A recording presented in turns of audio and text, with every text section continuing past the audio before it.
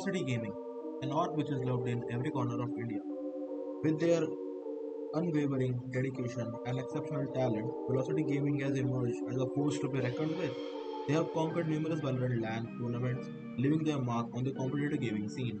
So before getting started, I would just like you all to please like the video and join us as we dive into the world of the Velocity Gaming and their relentless pursuit of victory and sort of unravel the things which went wrong, which went right, their recent Valorant campaign of Valorant Challenger South Asia, which would have helped them to get a slot into the VCT circuit.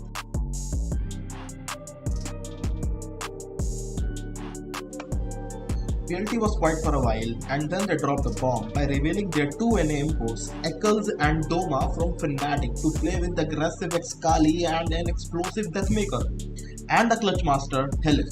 This was never done before. They also had an OG Amaterasu as a mentor and a teammate on bench because of his long break due to injury, and Dav as a coach to help them just annihilate every opponent into the battle.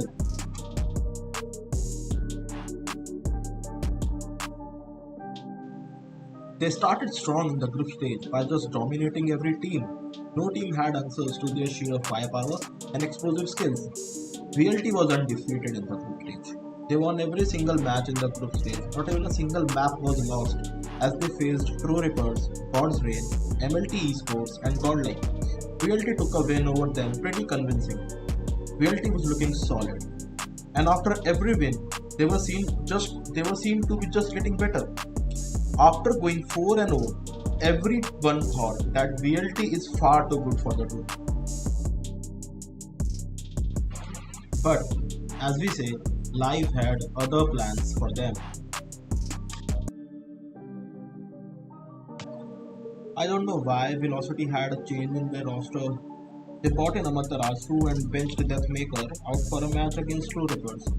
Everyone was confused, so was I, because it was sudden, but it didn't seem to bother fans, including me, because we got to see Amaterasu back in action.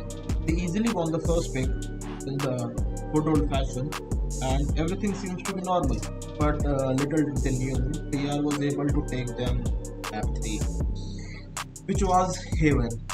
Haven seemed to be a strong map for VLT, because historically it was considered their strong map, which was visible in the first half, but how can we forget the 9-3 curse that doomed them in this match too. Argues Haven find the trade. Now it's a 3-on-3 scenario. Hellfighter's position compromised. And True Rippers, they're pushing the boundaries where they don't really need to. The overcommitment's not going to work out in their favor, but Eccles will at least able to get one, and this crossfire's perfect! True Reapers started playing their A game and took the series 2-1, stunning everyone, especially VLT and VLT fans, because in that defensive half, they only won one round. Everyone thought that this experiment is too much and little on the edge to bring Amaterasu. Whilst they did get a good start, True Reapers handed a comeback victory where everything started to fall off. The word experiment haunted them as they continued to play with the same 5 in the lower bracket match as well, where things got a little out of hands even more. As they moved further into the lower bracket, they were making really silly mistakes that a team of this stature wouldn't be expected to do so. What? No! What? Oh my god! No way!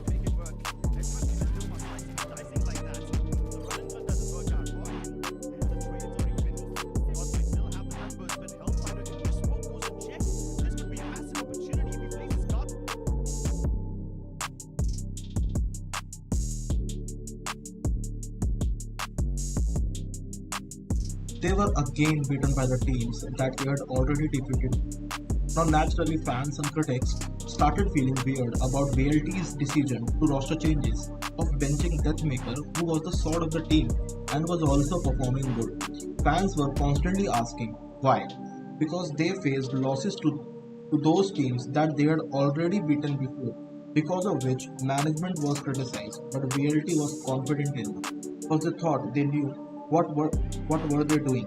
We as fans don't know what happens behind the stage, but they obviously made these decisions with prior discussions and some facts that they discovered with the roster. But VLT was not afraid because they still had a chance in Split 2 and their main focus was to qualify for expansion. They got few days to practice before Split 2 and come back with a bang. All the fans were hoping and confident enough that VLT will stop with the experiments. But in the Split 2, we saw a whole new story altogether. New teams were added into the groups, with the great teams like Orangutan, Revenant, grouped alongside with Reckoning Esports and MLT Esports. It was clear that it would be difficult for VLT, but VLT had no other choice but to go all in.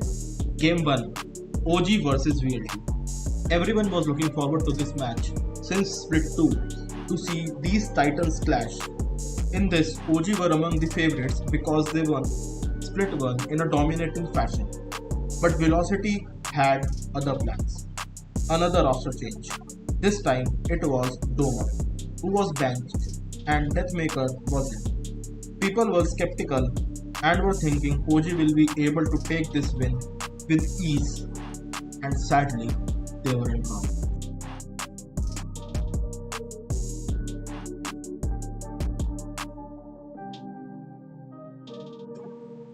After their loss against Orangutan, VLT's morale was down. Next they had to face R&D Esports, which had their ex-teammate Right to Ace. Now if you follow the Valorant circuit, I don't need to tell you how much of a prodigy he is. R&D dominated VLT as if it was child's play. Paradox, being the spare of the team, really stepped up his game and had all the answers to the VLT's plan. VLT was read like a book this match, and the final scoreline was R&D 2, VLT 0. Now they were on the brink of the elimination, and their final opponents were Reckoning Esports. Reckoning was able to defeat VLT only once whenever they faced VLT. But after so many changes, nothing seems to work for VLT. It only acted as a catalyst to their downfall in their camp. Damage was done beyond repair.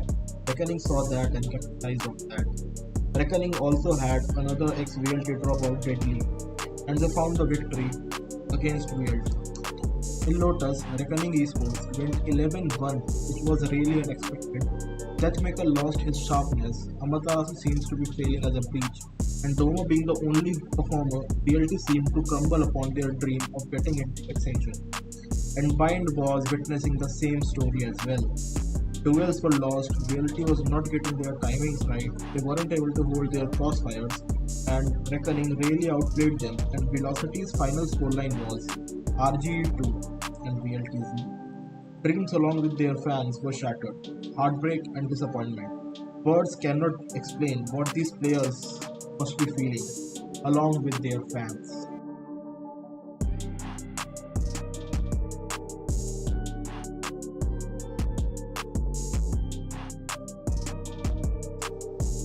But is this really an end for VLT? Well, according to me, as a fan, I always want VLT to win and outperform everyone. And to say VLT is no more just like that is unfair. This team always made us feel the velocity and single-handedly brought so much audience and popularity to many big tournaments. A team of this impact and popularity might not just say TYFS so easily. My speculation is VLT might take an year off to work hard in silence and come back with a bang. Because being in the limelight brings so much other responsibilities, right? Which may shift the main focus. Mr. Manoj Kashyap, aka VLT Sentinel, the owner of the VLT Gaming, is a man of long vision. And to make his dream, our dream, to represent India on the main stage cannot just shatter so easily.